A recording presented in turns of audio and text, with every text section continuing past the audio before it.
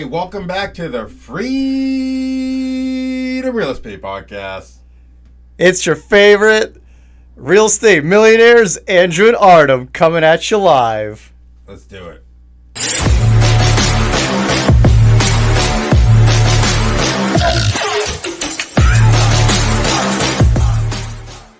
In today's episode, we're going to be talking about an important topic, a topic very close to my heart, and that is the velocity of capital, right?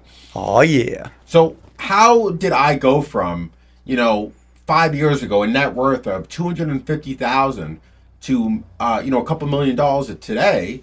It was with the power of the velocity of capital. And when I mean a velocity of capital, I mean that you're buying value-add property and you're figuring out ways to suck out equity and use that equity to buy more and more and more assets. So, Andrew, you must be talking about borrowing against your assets to put into future purchases. Is that correct? Borrowing, selling, leveraging, whatever the hell you can do to suck out that equity to buy more property. Got it. So good investors don't just let equity sit in their portfolios. They actively take it out of their properties to reinvest and reinvest again. You're exactly correct. And that's really the measure to determine that is this thing called return on equity, right? Mm-hmm. And what that is that's a comparative analysis of how much equity you have in the deal versus your cash flow, right? So say, for example, you got $500,000 of equity in a property, right? Mm-hmm. And that property produces a $10,000 annual cash and cash return. Mm-hmm. In that particular example, your return on equity would be 2%. $500,000 compared to $10,000, right? Mm-hmm. Does that make sense? Yeah. Okay. So in that particular case, you're more or less getting 2% on your money in that particular scenario. You could take that $500,000 and put it into another asset that may provide an 8, 9, 10% return, right? And that results in, you converting from that $10,000 cash flow to cash flow of upwards of $40,000 to $50,000 annually just by moving that $500,000 from one asset to another asset. Got it. What about internal rate of return? That's also a metric that people use to determine if it's time to take their money out of a deal. That is a measure, right? But that's not really a measure I utilize, to be frank. I use cash and cash return combined with return on equity. IRR is very much dependent on time frame, right? IRR it grows very quickly when you condense the time frame, and it gets reduced over time with a longer time frame, right? So it kind of adds a variable to the equation. Got it. And do you have any rules of thumb for when it's time to take out your equity? Is it usually by year 2 or 3 that you're looking to take it out? Mm-hmm. Or is it based on what refinances look like in the current economic picture? Totally. So, ultimately, when it comes to sucking out equity, there's multiple ways of doing it, right? You can do it with a cash out refinance, refi the property, do a cash out, take money out that way.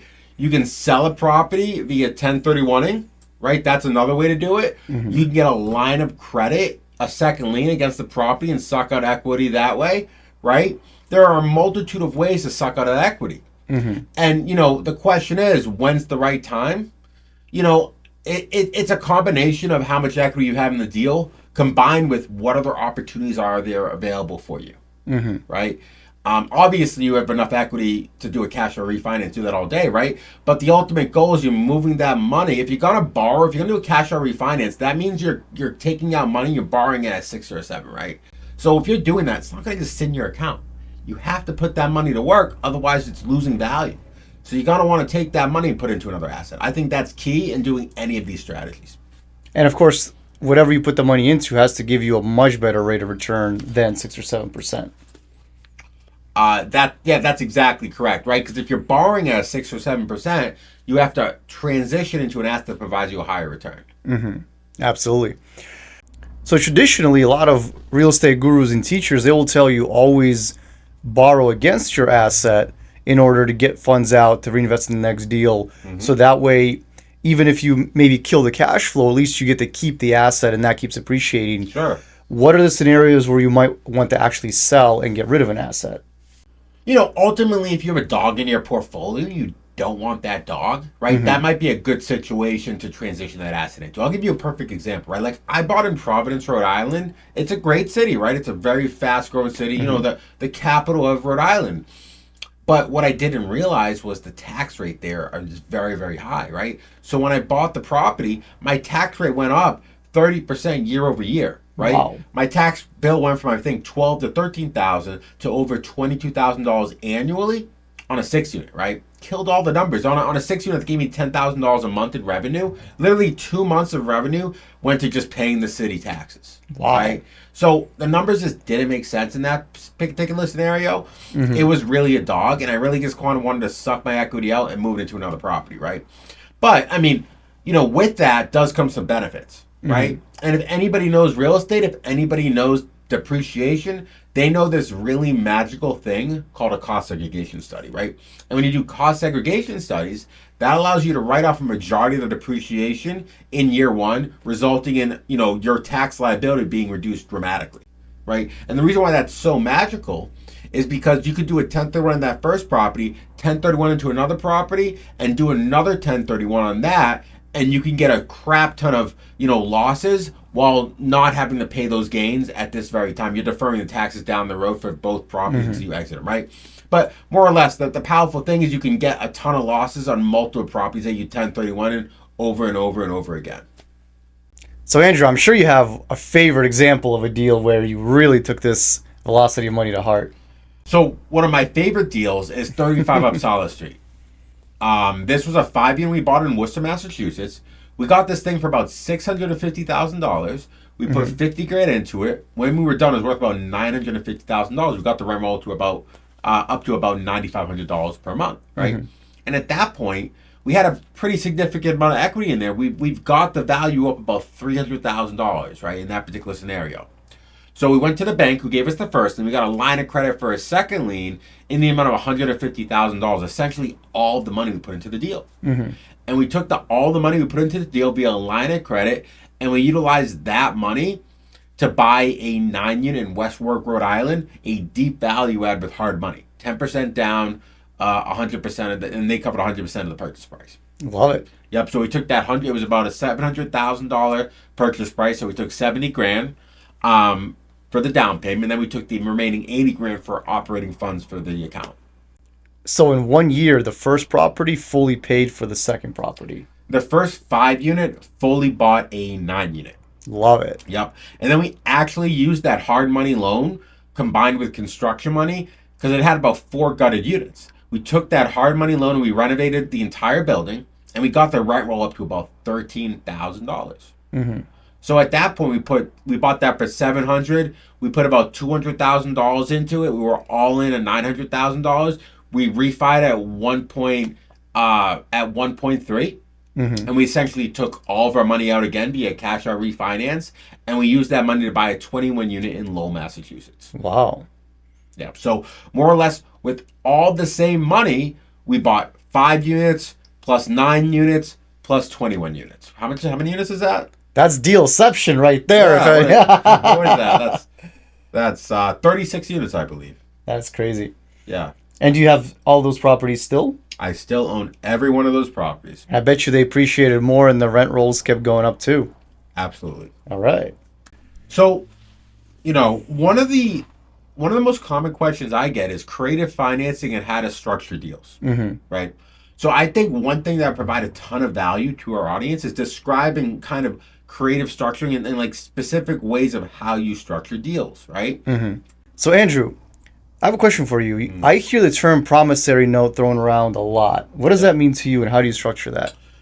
So a promissory note is more or less an agreement between two people. One person's borrowing the money, and one person's going to pay it back to them at a certain rate, right?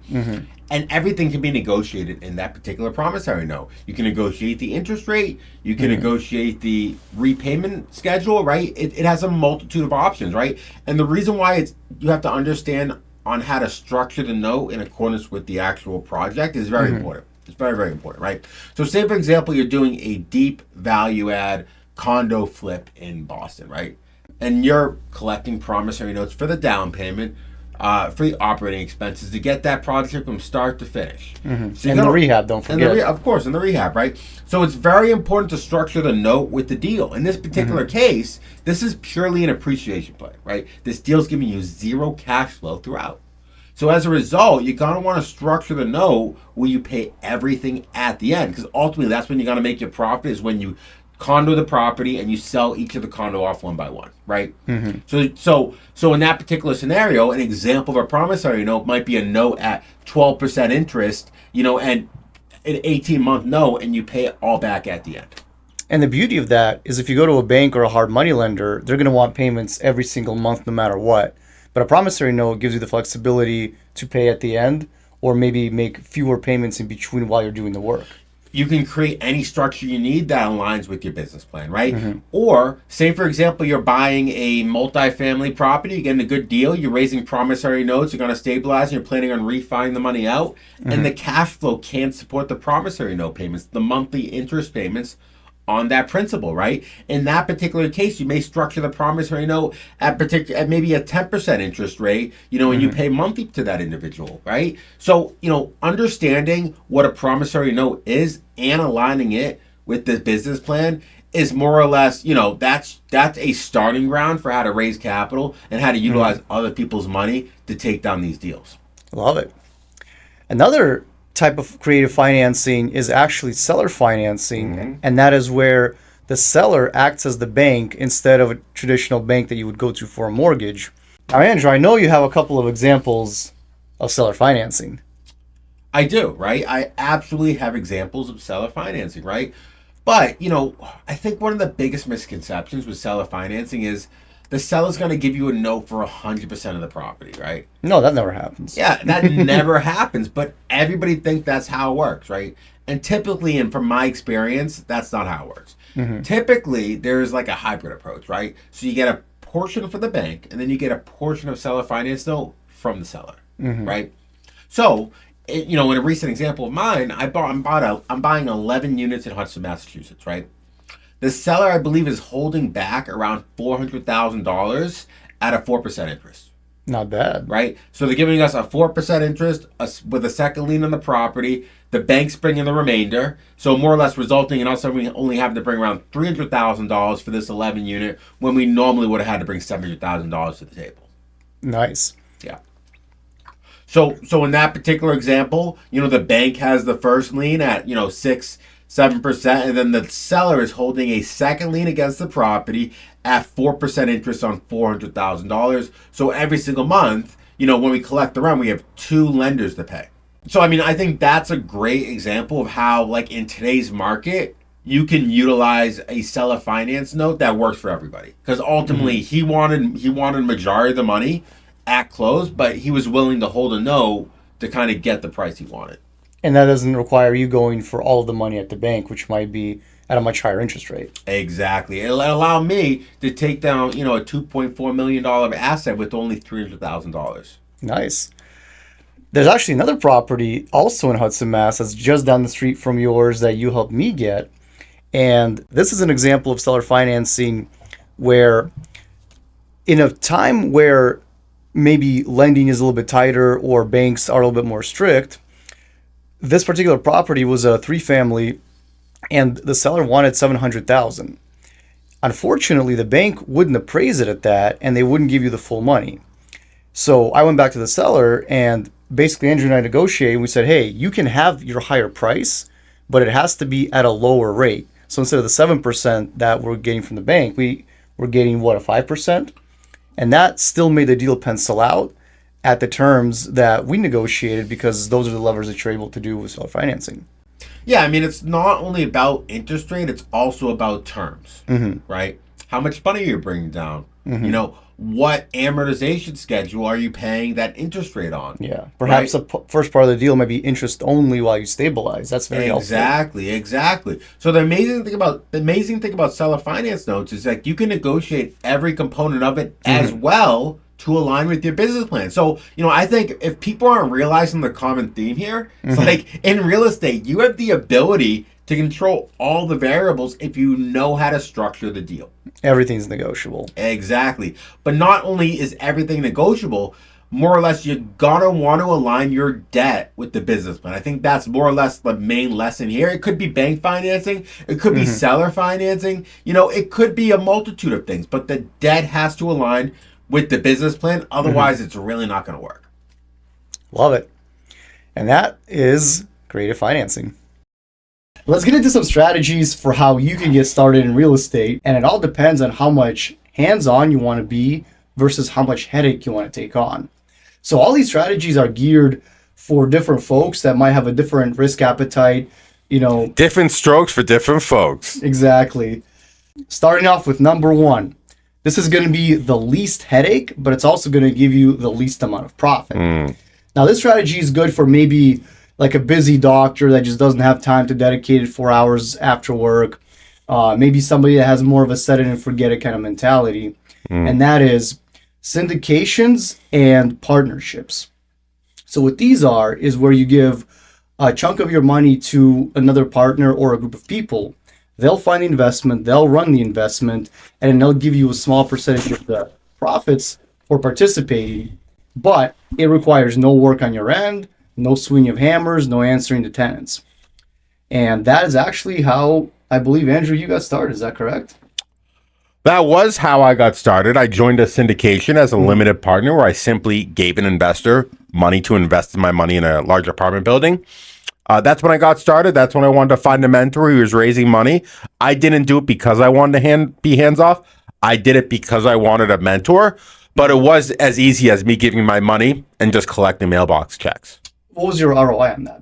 So that particular opportunity was a very good ROI, and this is unheard of. So within a year, I got an 89% return on my money. Wow. Yeah. But the average partnership, average syndication, what would you say for like a silent partner or somebody that's doing no work in the deal? The average return for a syndication is probably a 15 to 17% IRR, right? On annualized, right? So what does that mean? That probably equates to, in 5 years, your money will double. Caveat, the average stock investment, 7 to 10%. So you're already beating the market if you're just going to set it and forget it, give your money and collect mailbox. Yeah, typically stock portfolios double your money in 7 to 8 years. So you do get a little bit of an advantage with doing the syndication model. Yep.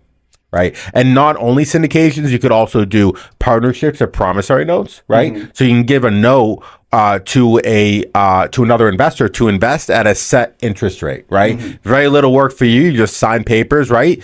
And but at the same time, you have very little control over the deal as well. Yeah. But your investment is still backed by the asset that they're buying. Yeah, but there's a lien on it. Yes, if it's a promissory note, that's not the case. Yep. So next we're going to move into our second strategy, and that is house hacking / small multifamily, which might be 2, 3, maybe 4 units. This is going to be a little bit more hands-on. This is going to be for somebody that maybe wants to get more involved or maybe has a little bit more time on their hands. Maybe they're a little bit more handy, and that's house hacking. So in this strategy, you are buying the deal and you are controlling the deal. Now you can hire out a lot of labor and you can do some of the work yourself. You can choose to buy something that's a little bit more turnkey, but the roof leaks, that's on you. If there's a problem in the basement or the electrical system, that's on you. But at the end of the day, you're also collecting all of the profits. Now, your biggest claim to fame is your house hack that you did in Worcester. I believe Uppsala was the street name. So my favorite, and this is how I actually got started, and this was primarily because I worked a W-2, but I also worked from home, right? So I wanted some sort of a spectrum of, I wanted to be active in real estate, but I also needed the time to do my W-2. And the best strategy for that was the house hacking to buy small multifamily. And that's exactly what I did for my first particular property. I HELOC'd my 1-bedroom condo in Boston, and I used that HELOC combined with an FHA loan to buy a 3-unit in Worcester, Massachusetts, allowing me to only bring $40,000. And this thing was fantastic because I actually lived in the property, so I could really learn how to be a landlord on training wheels, right? So I more or less rented out 2 of the other units, lived in the 3rd, and was an on-site property manager. Now, this strategy is a little bit more involvement than set it and forget it. You're still dealing with relatively small headaches. Usually, like in my experience, the average tenant might require 1 to 2 hours of work per month. That's maybe, lease up or a small fix. But generally speaking, you find a tenant, you sign the lease contract, and they pay you monthly. And hopefully there's not too much headache in between. But there's obviously going to be a little bit more work. That's a little bit more work than stocks or bonds where you just buy once and forget. That's it. But generally speaking, you're not doing a ton of stuff. You're not flipping wrenches. Well, and I think that all depends on your mindset too, right? Like, I see so many investors think they have to be the handyman, the electrician, the plumber, and also the landlord, right? And you have so much time in the day. So this strategy is great, right? But it also should be paired with you utilizing third parties. Otherwise, your time's going to get eaten up by this investment very, very quickly. Yes. But one caveat, the more of these things that you give away, you're going to hire the plumber, you're going to hire the property manager. You are also sharing some of your profits with them, so that will cut into your cash flow a little bit. And now we're going to move on to the last strategy, which is where you make the most money, but it's also the most hands-on. Now that would be full-time real estate investing, flipping houses, being an agent, basically making real estate your full-time job. Now that gives you the most control of your investment. Going back to our first strategy, syndications, this may be you running the syndication, so you're collecting the biggest chunk of the profits. Yeah, so this particular strategy is more or less just getting a job in real estate, right? Like if you're an agent, you got to work those hours to get that real estate commission. If you're flipping properties, it will require your time to ensure this project comes to fruition, from buying the property to renovating it to getting it on the market, right? These particular roles are very time intensive, but also can give you significant checks, right? You can get a 25, 30, 50 grand check in one foul swoop. Right? So these are very powerful ways. If you are trying to go full-time into real estate, you can absolutely do this, but it will take a considerable amount of your time to be successful with this particular strategy. Absolutely. So giving you some practical numbers, let's say you earn $100,000 at your job. That's 8 hours a day that you're spending your job. If you are flipping a duplex, for example, you buy a duplex somewhere in a secondary market, maybe you condonize it, maybe you just do some cosmetic work and sell it right away. You could make $30,000 to $40,000 profit on that flip. So you do that 2-3 times, you're already replacing your job. And that sounds great if you can do 2-3 times a year, but you're on that project every single day. You're talking to plumbers, you're dealing with the city, you're figuring out why you got denied for this permit. You're solving a lot of headaches. And that's why I always say, the more you're able to scale with the amount of headaches you're able to solve, the more money you're going to make. But just keep in mind, this is very hard to do if you also have a full-time job, also have a family, also have other commitments that you're taking care of. Yeah, and I think it's really important, like the cheat code to cut through all of this is delegation, right? So ultimately, you can systematize flips. You can systematize your agent business through systems and through people and through processes, right? So you can I can hire a project manager to manage my flips. Yes, I'm giving away a portion of the profit, but it will allow me to do that many more flips, right? Or if I'm house hacking, I can fix everything myself. My profit will look great, but I'll more or less be an on-site handyman, right? Or I could sub it out for less profit, right? Or, when it comes to a syndication, if you actually want to be active in a syndication, you could be a general partner, meaning you could be the ones managing the deal, and you would get a better spread, a better return, but you would have to commit the time to get that return, right? So there's definitely variations that you can utilize in every one of these strategies to control that spectrum of time versus effort. But the one point I want to make to you guys, and this is the most important point, you can get started in real estate no matter what level of headache you want to deal with. If you just want to get started, don't think real estate investing means you have to be the one swinging hammers or bringing $100,000 to a flip. Depending on your appetite and your level of commitment to the work and the money, there's so many ways of getting started. So don't let that hold you back. Tune in next week on the next episode of the Freedom Real Estate Podcast.